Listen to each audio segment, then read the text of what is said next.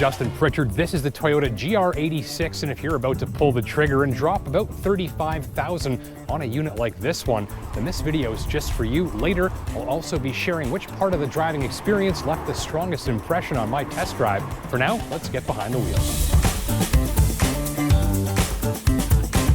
While shooting, testing, and filming for numerous assignments on TV and the web, this tester and I covered about 1,700 kilometers of driving in a wide range of situations on the highways and back roads of central and northern Ontario.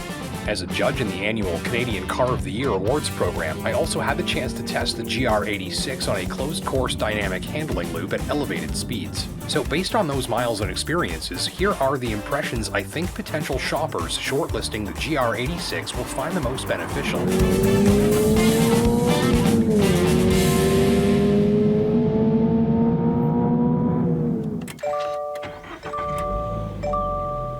And the first thing you've got to know about is the bonus torque. The Toyota GR86's new engine spins up about 30 pounds more torque than the previous car, and they peak 2,900 RPM earlier at 3,700 revs. That's peak torque available by just halfway to the 7,500 RPM redline. The improvement to torque output is amplified by the GR86's relatively lightweight. From the driver's seat, it's much more throttle response down low, much less of a need to keep this engine at a rolling boil in traffic, and rarely a need to gear down for a pass on the highway. Here, the revs are relatively high while cruising, but the engine hums along quietly and the response is strong. All said, drivers get a more satisfying reaction to their throttle inputs much sooner across much more of the rev range. And the GR86 is less fussy about what gear you use to pass and merge. I've put my foot down on quite a few throttles over the years, so when I tell you the added response from the GR86's throttle was the first of several pleasant surprises, I'm being quite serious. Next up, the shifter, clutch, and overall manual transmission driving experience.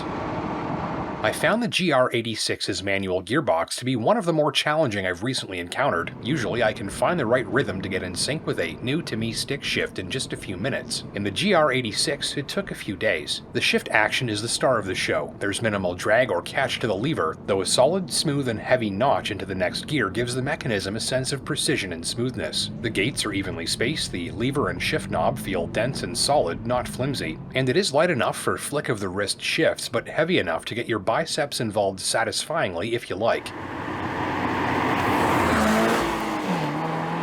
Electronic throttle control feels precise and natural at almost all times, with virtually no unwanted hang or lag detected. The clutch is relatively deep and soft, with an action and arc that are both sufficiently heavy and precise to satisfy the enthusiast driver. To me, the challenge was smooth engagement. I didn't find it easy to shift this car smoothly off the bat, but with a little practice, your left foot will quickly learn the precise touch required for smooth, fast shifting. It's a little bit of work, but the grins are worth it. If you're having trouble shifting smoothly, try getting more of your foot onto that clutch pedal, and being faster and a little less careful when you release it. Trying to be too smooth with this gearbox can actually have the opposite effect. It likes quick shifting. And when you get it right, the GR86 smoothly and eagerly seems to hop into the next gear. There are two times when you'll hear me talking about seats: when I drive a Volvo because they typically have my favorite seats, and when I have a complaint, and that's the case with the GR86. After some extended highway road tripping, I consistently wished for a touch more give and a slightly more relaxed contour to the upper seat back. Basically, right on the lower to middle part of my shoulder blades. Now, everyone's back is different, and I did appreciate the look and supportive feel of the GR86's sport buckets, though every few hours my back went looking for an occasional stretch that it doesn't usually need in other racy seating setups. Nearby, you're sharing your armrest space with the covered center console and cup holders, and door pocket storage is limited, so pack light. Another complaint related to the nighttime drive. Through the heart of Moose Country, I found Headlight performance is strong and confidence-inspiring. My tester has steerable projectors that light up the curves in both highways and city streets, helping drivers focus and providing earlier warnings of hazards around bends. So though performance is very good, driving in the rain left me wishing for just a touch more lighting output, and drivers will need to explore the infotainment system's submenus to link its brightness to the instrument cluster dial. This is a one-time thing, not a big deal. Trouble is, after getting the after-dark cabin brightness nice and low so you can focus on the road, the high beam indicator light, which doesn't dim with the rest of the cluster, can be an unwelcomed bit of dazzling light pollution from on board, especially on rainy nights. Braking is confidence-inspiring even during very spirited use. As sporty brakes tend to, the feel and response and ability to modulate these brakes increases the harder you work them. A little more precision at the very top of the pedal's travel would bring the overall feel from great to perfect, I think. With a light touch, the pedal just feels a little more vague, and in most driving, that light touch is really all you need, meaning you'll need to work these brakes harder to see them at their best. The steering just needs a light touch too. In fact, it's responsible for some of the biggest grins on my test drive. It's light and very quick, a refreshing escape if your other car is an SUV or pickup. After hours spent on winding northern two-lane highways with narrow shoulders and a lot of transport trucks, I especially appreciated the GR86's ability to precisely follow the line that I wanted with just a few millimeters of movement on the steering wheel, and enough precision to the entire system that second-guessing or adjustment was nearly non-existent. In a highway setting, this precise steering lets you guide the GR86 around with just the tips of your fingers. At lapping day with higher speeds and faster corners, you'll need your wrists and maybe a little forearm action too. But whether you're driving gently or spiritedly, the feel of the GR86 in your hands, much like the shifting, is eager and satisfying.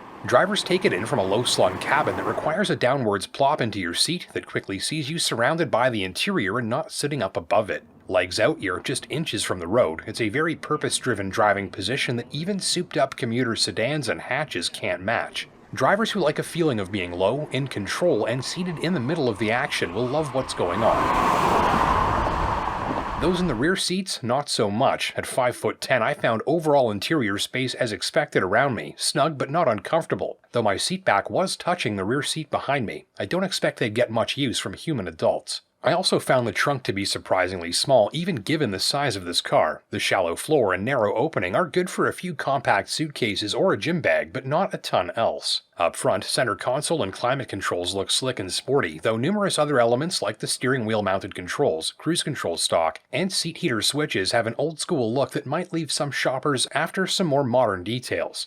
Central infotainment graphics and displays are easily outgunned by other cars for the money, but the system is easy to use, easy to navigate, and my Android Auto worked all week without a single glitch. Elsewhere inside, the muted color palette leaves room for the GR86's strong circular shapes, silver accents, and slick digital instrument cluster to pop against the scenery. So far, we've got a rewarding driving experience in a car that's impractical enough to make its use a little more special, just as a proper sports car should do. Still, after our time together, it was the GR86's engine that left the strongest impression. Bonus torque aside, the new 2.4-liter Boxer 4-cylinder engine's 228 horsepower does its best work when spinning fast. By the way, that's the other power adder. You can make an engine more powerful by adding boost, increasing the displacement, or adding hybrid tech, but you can also make an engine more powerful by making it spin faster, and that's what they've done here. The all-motor power curve swells and grows as the revs climb, ditto the noise coming in from the intake system. It hums, then howls, then snarls as the digital tachometer closes in on the redline rev limiter. The engine sounds furious, not strained. It's a highly engaging and smile-inducing take on the strongly building, rev-happy all-motor power surge that many enthusiasts love and will be seeing less and less of in the coming years. Ultimately, if you're a driving enthusiast after maximum return on investment in the way your new sports car feels at the tips of your fingers and toes, and the way that makes you feel when you take the wheel, I think you'll find this money well spent. Despite some typical sports car compromises, here's an energetic driving experience that feels engaging, satisfying, and refreshing from the get-go every time you slip into your seat. If I was looking for something light, energetic, and fun to use as an escape from driving a crossover or pickup, this is one of the very first places I'd go looking to spend this sort of money. Thank you for watching. My name's Justin Pritchard, and until next time, take care and drive safe.